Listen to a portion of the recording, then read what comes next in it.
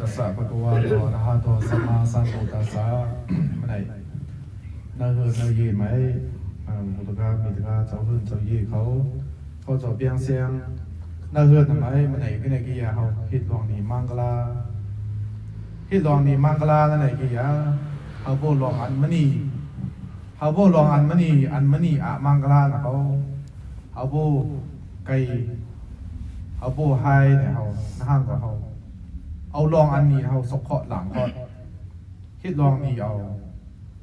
ไอ้เกี่ยวเขาฮิตลองนี่ทำไมเขาเอากระสังในเขาฮิตไหนเนี่ยนี่เกี่ยวเขาเอามนปลาเอามนตลาเอามนสังคาอันนี้นายสนะเขาฮิตเนี่ย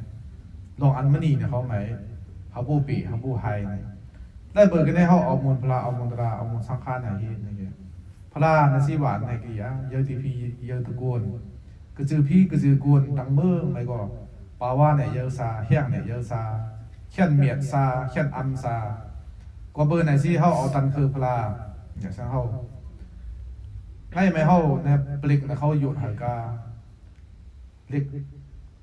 ตราคำตัวเจ้าปะปาสนีอ่ะเขาก็หยุดกาหูกาผัดกาอ่างอันไหนเขาก็ตั้งเมืองเอามวลพลาได้ใช่ไหมเล็กนะเขาปลิกนะเขาก็ตั้งเมืองเอามวลพลาเอามวล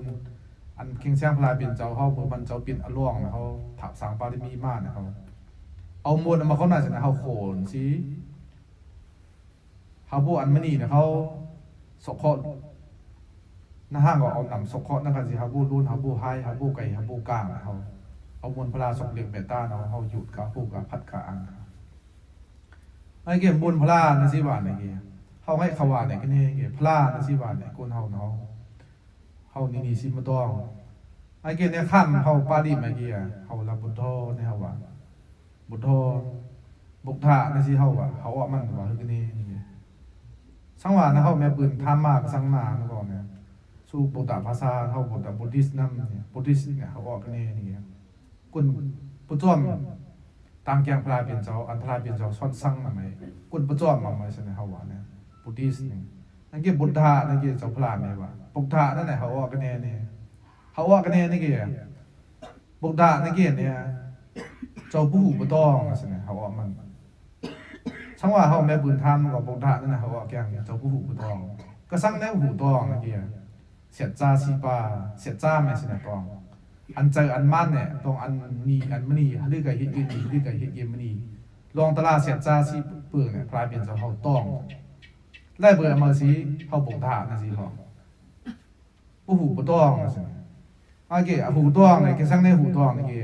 เสียจ้าซีปาตลาดเนี่ยเชียงปลาเป็นเจ้าฝูต้องไล่เบอร์เมื่อสีเขาปงท่าในสีของเนี่ยบนโตในเขาของกินในตัวเมื่อกี้ตกขาเสียจ้าพลายเป็นเจ้าเขาลองอันเมืองกลางเลยฮลือกี้ก้นเขาในความหมายสัตวานำผู้ไว้ใครไว้ฮลือฮิกิมันนี่ฮลือกี้มีตกขาเสียจ้าเนี่ยว่าลองอันเสียจ้าลองอันเจออันมันเนี่ยเขาไม่ผู้ที่ใครที่ไว้เขาตั้งเมืองก่อนตกขาในน้ำเสียจ้าลองเอาเนี่ยอันมันน้ำสมุทรเสียจ้าสมุทรนั่นกี่ก้นเขาเนาะเขาเนี่ยน้าห้างก็เมืองกลางเป็นมาตะกี้เขาน้าห้างก็เยอะนั่นกันกี่กรนั่นกันเพาะคิวนั่นกันเขาคิวปาดลองหื้นลองยีลองหลกลองลางขึ้นสัมนั่นเขาเพราะว่าจัดประจำมาก่อนแล้วเขาลองอันเจอเนี่ยผ่าไม่เปลี่ยนเคาะไม่เปลี่ยนอเมอร์เนี่ยยังลองอเมอร์ก่อนแล้วเขายับลงอันเจอมานไงเกี่ยนิโรธาเสจามากะเสียจาคนต่างอันเอาบวนเอาหลอดเท่านั้นก็เอามาก็ยังมานำอันรอตกขาไม่เอาบวนเอาหลอดเท่านั้นก็ยังมานำทายเป็นเจ้าพันกานี่เราจะเสียจาเมื่อเขาผ่านนิปานอันลองตกขาตั้งเมืองไกลกลางสิเข้มซามันก็ยังนำสิพาเป็นเจ้าผู้ไว้ใครไว้ไล่เบอร์เอามาลองแล้วเขาหูตัวน่ะสิเขาปูท่าน่ะสิเขาของนั่นไล่เบอร์เอามาไหนสิเขาเนี่ยกู้ก้อยพลาตลาดสังฆาในกูก้อยพลาตราสังฆาพลาเป็นเจ้าห้องตราเขาไม่ห้องมัดเจ้าสังฆาเขาไม่ห้องมัดไล่เบอร์กันในมัดบดดาบูจังวันมหาดีซาวันโตวันปุตตะสะเข่งเชียงพลาเป็นเจ้าไม้บูซาปกจูดูซีมหาดีซาวันโตเข่งเชียงพลาเป็นเจ้าแม่กูก้อยขบไฟกันไหนกี่อ่ะกุนเฮาเขามุนพงยังมุนน้ำมันมุนพงยังไหนกว่ามาเจอสีงาลายถึงสันติตาอสุริกีคนต่างอันมันนี่สิจานเนี่ยเอาหักกันไก่กาหาสิ มาตราพูตรามาเงียนพูเงียนนิพานเข้มสามเอาทิ้งหันน้ำธรรมะปูจางมหาบิญญาวันโตตราคำโตเจ้าไม่เฮาจอมกำจอมแกงเส้นทำนะเป็นจอมกำจอมแกงนี่มหาบิญญาวันโตบิญญาต่างจางเยอะบิญญาต่างจางยังมันไหนกี่อ่ะตรานะเขาพลายเป็นเจ้าเขากระทากำเนิดไหนผู้เขาใครเหรอตู่ป้องไงตู่ผูไงต้องไงลองอันตุปนตลอดไหมก็ผูต้องไงบิญญาน่ะก็เยอะโลกีโลกกตักซ้อนก็บิญญาน่ะเอาเยอะเหรอน้ำต่างจางน่ะจะตาอันเฮาละลองอันนี้อันไม่นี่ไม่เอาหันเปลี่ยนให้เอาหูป้องต้องเลี้ยงเฮาไม่เอาหันเหรอน้ำเอาเมื่อนายนาเนี่ยมาเจอน้ำงาลาเดริสันเป็นตาอาสูริเกคนต่างมันเอาหักตันไกลกลางเหรอน้ำสังกัสสะปูจามหาโภกะวันโตจงสังฆานะเขาหมายกู้ก้อยขบไปกันไหนกี่มหาโภกะวันโตโภกะสัมปติอกจาจีเจมมึงพี่มึงกวนอกจ้านะเขาแม่โอกาสสัมปติเนี่ยเอาปีจงเหอน้ำอเมอร์นายลาเนี่ยเจอคนตั้งงานลาเด็กสั้นเป็นตาอสุรเกนเอาหับตันไกลกลางอะไรสิกันนั่งไม่กันไหนก็จำมาตราพุทธราหมายเงี้ยตรงเงี้ยเด็กบ้านแคมป์สามเนี่ยเอาเที่ยงเหอเปลี่ยนน้ำนั่นสิไอคิวอันเท่าเนี่ยขบไว้พลาตราสังฆากู้ก้อยขบไว้พลาตราสังฆาเนี่ยไอคิวยังไอ้ก็เบอร์ไหนสิไงอ้อมูลเขาเอามูลพลาเอามูลตราเอามูลสังฆาเปลี่ยนเนี่ยเขาคู่เหอไข่เหอไงเฮามังกรส่งไม่เฮาเนี่ยตั้งมือก็ตลาดไหนสังว่าตั้งมือป้องกันเกียข้ามปารีเนี่ยไม่ได้สนับตลาดเนี่ยไอ้เกียข้ามปารีอันไม่ขวานไหนกันไหนกี่ยาไงเฮาบูชาจ้าบูชาดียานะอีตามเมงกลาโมตามเฮาบูขึ้นมาเปลี่ยนรองนี่มังกรอันมันนี่เขาบูไก่กลางเฮามังกรส่งเอาหมุนเขาอายุเท่ากันมังกรส่งไม่วานเนี่ยว่าเนี่ยบูชาจ้าบูชาดียานะอันทบบกจูอันทบขบอันทบไวอันทบเนี่ยเฮาฮิตปูจาแม่เฮาฮิตปูจาอันทบปลายไม่ปลายลองอเมอร์เนี่ยก็ลองมังกรลองมองโกลองมังกรลองนี่อันหนึ่งน้ำเป็นสิบ่ะไอ้ก็เบอร์ไหนสิดามาบดาไหมปงจัดเจ้าสุมานาเนี่ยเก่งเสียงปลายเป็นเจ้าหูสิไข่สิไว้เมืองให้เก่งเสียงปลายเป็นเจ้ามันในเมืองราชยุมช่วงวิดีโอวันไม่อุซูนไหมเมื่อไหร่เนเมืองราชกิวไหมจะเมาพันกูหรือยังเมาพันมาเนี่ยเมาพันกันเองจือมันจะเนี่ยสุมนาเนี่ยว่าคนประไคหม้อยาคนประกาศหม้อยาประไคหม้อยาใช่ไหมไคหม้อยาเนี่ยเพิ่มในกระไคในเกี่ยหม้อยาเราเอาเนี่ยเจ้าคุณทุกคำเป็นบาสลามาใช่มันกระสากระทรวงมือกระมือเสียหม้อยาเนี่ยกระทรวงบากระทรวงเนี่ยเจ้าคุณทุกคำเนี่ยไอ้เกี่ยมันการกระทรวงหม้อยาเนี่ยมันขนาดไหนนี่เกี่ยประชาเปียตราไหนวะในวันเนืองไอ้ที่มันเอามาเสนอเลี้ยงต่อเนี่ยเลี้ยงต่อคู่เฮือนบีมันก็ยังลงมันก็ยังไอ้เกี่ยมือเรื่องวันเนืองก็ไหนเกี่ยเชียงปลายเป็นเจ้าตั้งกบเจ้ายันตาหาบ้านการก็ต้องซ้อมที่เมืองราชกิวไม่พายเกี่ยมือเนี่ยเจ้าเมาพันเจ้าประไคหม้อยา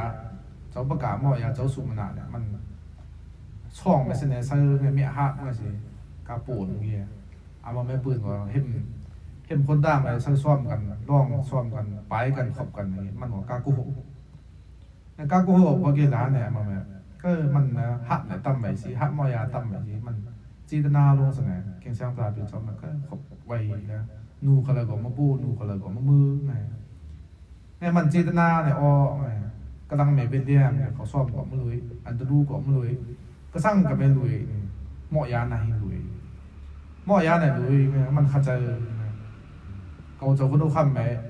นาเตกษาจงพลามาลาตลูเนี่ยขจายในมันเนี่ยขจายก็เช่นเนี่ยจะพูดคำไหมก็สาอุดุเขาแล้วภาษาเปียตลาดไหนห้างโจกษาไหนสังว่าเวลาเป็นเจ้ามันจังรู้ก็ไหนกี่อ่ะเวลาสร้างสลาทำไมกูจงการมุ่งความเนี่ยมึงเขาผ่านดีปานเนี่ยที่ได้โจได้จัดมองเขาที่เข้มชา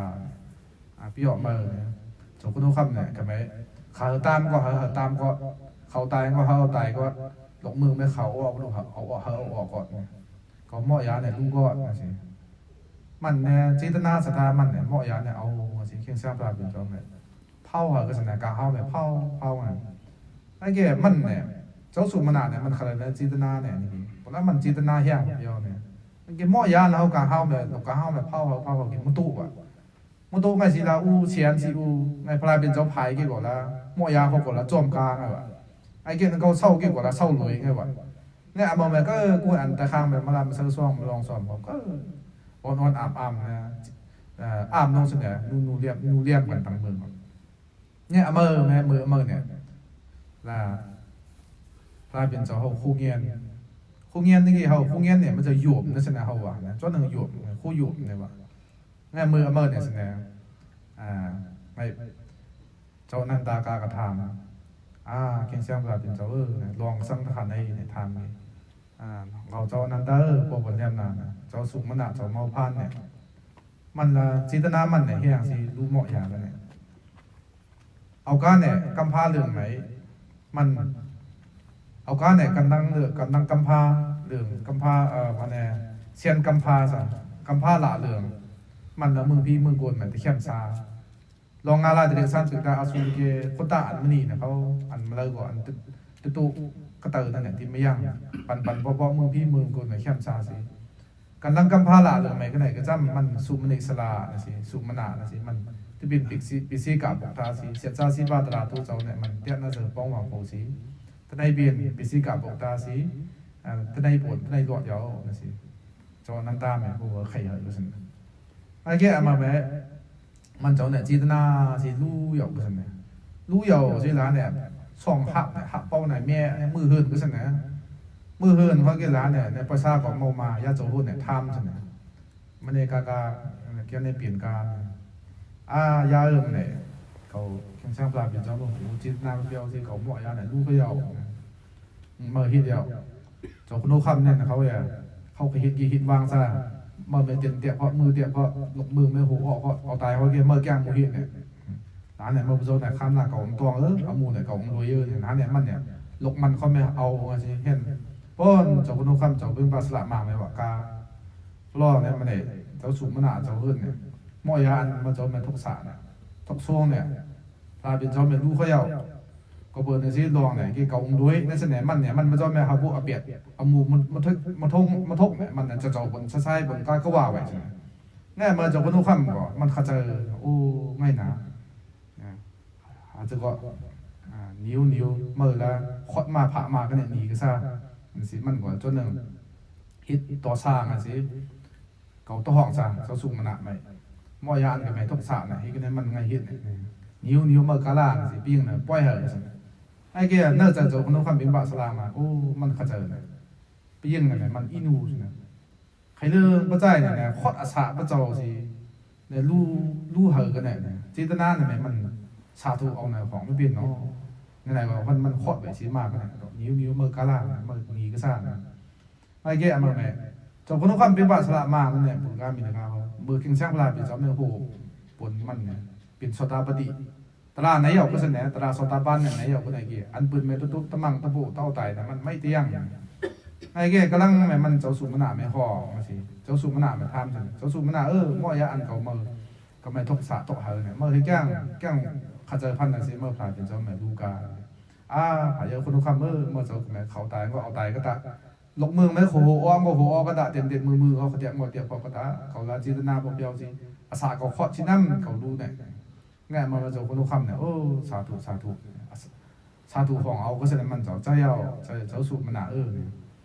เมื่อเนี่ยอาสาพระเจ้ามันเคาะสิเมื่อรู้เนี่ยเมื่อคองรู้อันเจอลงน้ำคองรู้อันเมียดลงน้ำเมื่อไหนก่อนมันก็สิเนื้อมือกลางไม่เขียนเมียดเนื้อมือกลางไม่เขียนเนื้อมือกลางไหม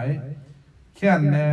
เขียนเมียดเขียนถอดปืนเขียนปูจ้าเขียนขบเขียนไว้เขียนยอมเขียนอยู่เนี่ยกูเมื่อไหมเมื่อดูกูเนี่ยสาธุนี่สิมันไหมเจ้าสูบมันหนาไหมนะสู้หลับนะเขาเสนอสู้หลับเงินคำเขาสิมันนะเข้มซาสิเจ้าสูบมันหนาเนี่ยก็เสนอไงสิ